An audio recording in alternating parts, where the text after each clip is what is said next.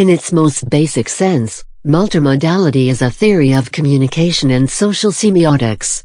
Multimodality describes communication practices in terms of the textual, oral, linguistic, spatial, and visual resources, or modes, used to compose messages. Where media are concerned, multimodality is the use of several modes, media, to create a single artifact. The collection of these modes, or elements, contributes to how multimodality affects different rhetorical situations, or opportunities for increasing an audience's reception of an idea or concept. Everything from the placement of images to the organization of the content creates meaning. This is the result of a shift from isolated text being relied on as the primary source of communication, to the image being utilized more frequently in the digital age. While multimodality as an area of academic study did not gain traction until the 20th century, all communication, literacy, and composing practices are and always have been multimodal. Although discussions of multimodality involve medium and mode, these two terms are not synonymous. Gunther Kress's scholarship on multimodality is canonical and writing studies, and he defines mode in two ways. In the first, a mode is a socially and culturally shaped resource for making meaning. Image, writing, layout, speech, moving images are examples of different modes. In the second, semiotic modes, similarly, are shaped by both the intrinsic characteristics and potentialities of the medium and by the requirements, histories and values of societies and their cultures. Thus, every mode has a different modal resource, which is historically and culturally situated and which breaks it down into its parts, because each has distinct potentials for meaning. For example, breaking down writing into its modal resources would be syntactic, grammatical, lexical resources and graphic resources.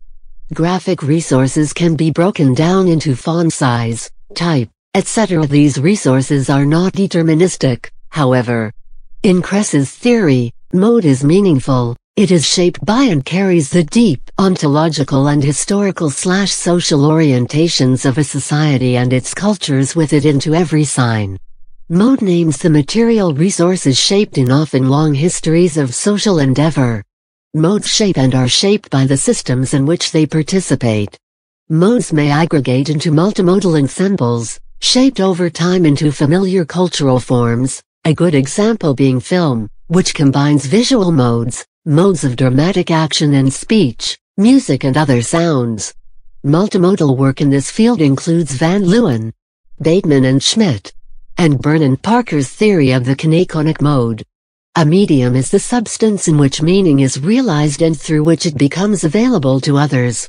Mediums include video, image, text, audio, etc. Socially, medium includes semiotic, sociocultural, and technological practices such as film, newspaper, a billboard, radio, television, theater, a classroom, etc. Multimodality makes use of the electronic medium by creating digital modes with the interlacing of image, writing, layout, speech, and video. Mediums have become modes of delivery that take the current and future contexts into consideration. Because multimodality is continually evolving from a solely print-based to a screen-based presentation, the speaker and audience relationship evolves as well. Due to the growing presence of digital media over the last decade, the central mode of representation is no longer just text. Recently, the use of imagery has become more prominent. In its current use for internet and network-based composition, the term multimodality has become even more prevalent, applying to various forms of text such as fine art, literature, social media and advertising.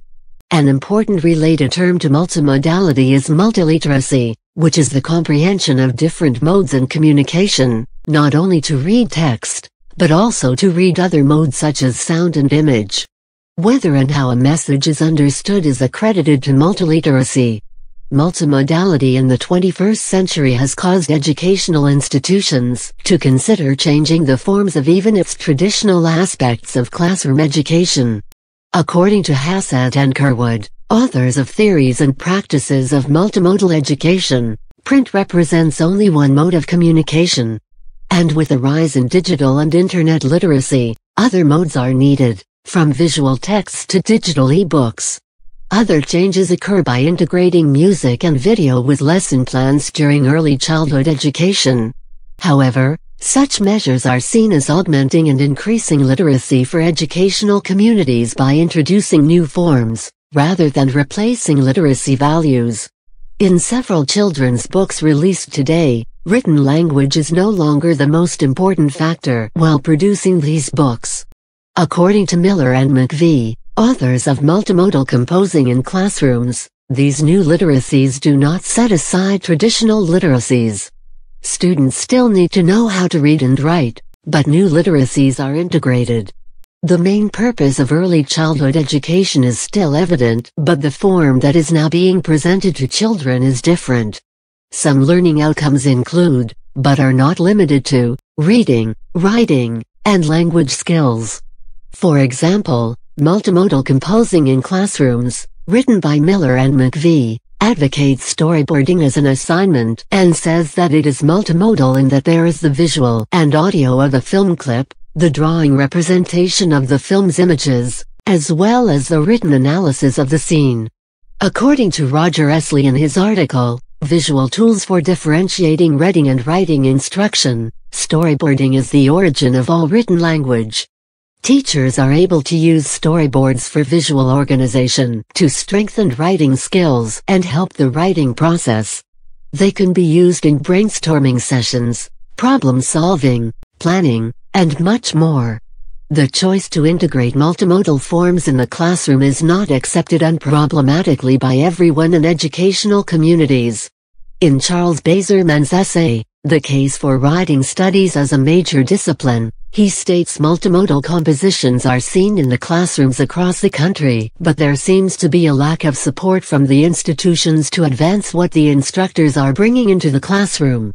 The idea of learning has changed over the years and now, some argue, must adapt to the personal and effective needs of new students.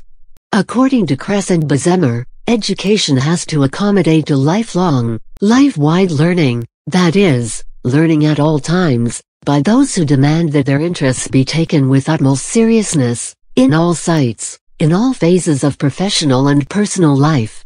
As a result, some administrations may be reluctant to institute widespread change without assurance of results. In order for classroom communities to be legitimately multimodal, all members of the community must share expectations about what can be done with through integration, requiring a shift in many educators' thinking about what constitutes literacy teaching and learning in a world no longer bounded only by print text.